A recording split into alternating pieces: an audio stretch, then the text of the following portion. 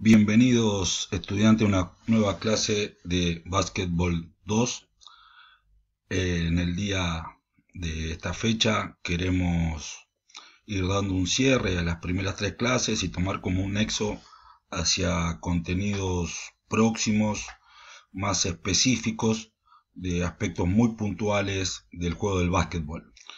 Aunque parezca un tanto contradictorio o difícil de observar, a partir de cualquier partido de básquet que veamos con cierto nivel de organización, tomemos dentro del deporte federado un partido de Premini, o las primeras experiencias de un deporte no formal a nivel escolar,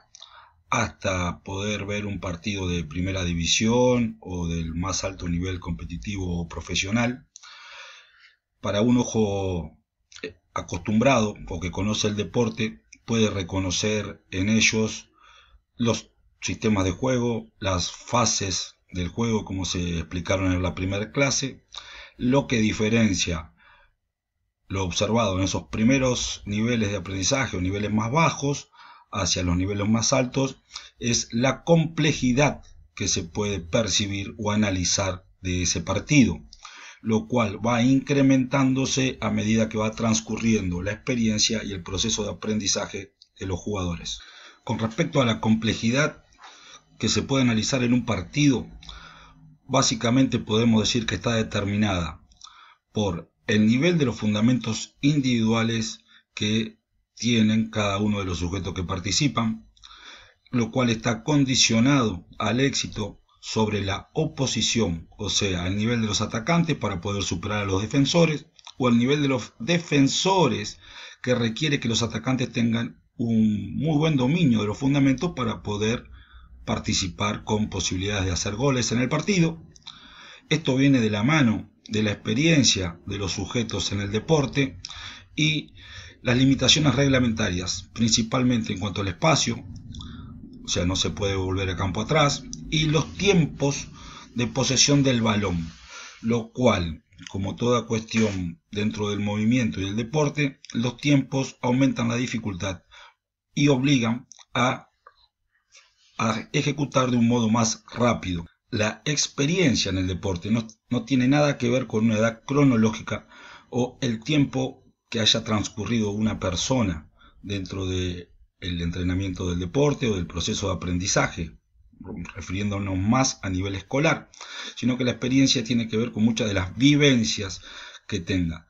Desde ya que a una mayor cantidad de tiempo y mejor calidad de proceso de aprendizaje, esto se verá mucho más enriquecido, la experiencia estamos hablando, y le brindará muchas más posibilidades a nivel cognitivo de tomar decisiones.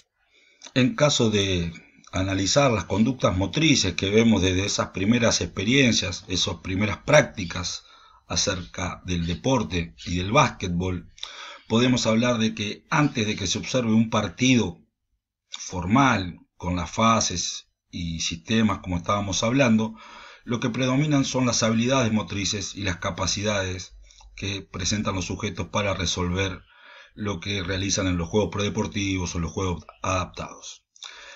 Estas habilidades son la base para que después los sujetos aprendan, desarrollen los fundamentos individuales,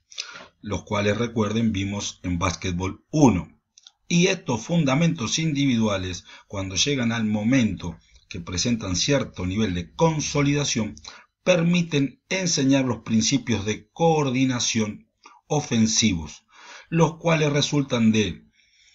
valga la redundancia, la coordinación en tiempo y espacio de la ejecución de esos fundamentos entre dos o más compañeros. Cuando hablamos de la relación entre los fundamentos individuales y los principios de coordinación, fundamentalmente los ofensivos, hablamos de que podemos encontrar un circuito de retroalimentación permanente, en donde es necesario para aprender los principios que los fundamentos individuales estén consolidados. Y la ejecución de los principios de coordinación va a elevar, va a seguir facilitando el proceso de enseñanza-aprendizaje hacia niveles más elevados, hacia cierto nivel de perfeccionamiento, por la ejecución de estos fundamentos en situaciones cada vez más difíciles o desacostumbradas. Así como hablamos que siempre podemos observar principios de juego en los sistemas, que se puede observar un cierto nivel de complejidad en las primeras etapas. Si bien podemos encontrar que hay alguna organización en cuanto al ataque, a cómo se desplazan y los espacios que ocupan los jugadores, a medida que se va elevando el nivel de competencia y los factores que hablábamos hoy en cuanto a la complejidad, la presencia de los principios de coordinación en cuanto a la sucesión que tienen dentro de un sistema, a la cantidad de ellos que están presentes, la velocidad de ejecución y resolver según la dificultad que plantea la defensa, es algo que va a caracterizar los niveles más elevados de aprendizaje. En torno a ir cerrando el tema de esta clase, decimos que los principios de coordinación se dividen en ofensivos y defensivos, los cuales los principios de coordinación ofensivos buscan generar una situación ventajosa para lograr una conversión. En tanto, como todo deporte de oposición, los principios de coordinación defensivo buscan anular esa situación de ventaja mediante procedimientos específicos según cada uno de los principios. Esta relación permanente de la oposición entre ofensivo y defensivo es lo que luego vamos a conocer en clases más adelante, la decisión táctica y estratégica sobre cómo resolver cada una de las situaciones. En lo específico del proceso de enseñanza, tenemos que tener en claro que el momento de enseñar los principios de coordinación ofensivo llega cuando los fundamentos individuales están consolidados. En caso de que esto no haya ocurrido, es inútil enseñar principios de coordinación, pues nunca van a dar resultados. En un momento de la evolución y aprendizaje dentro del deporte se hace necesario enseñar los principios de coordinación ofensiva porque el nivel defensivo ha elevado y ya no es tan sencillo para los jugadores lograr conversiones fáciles,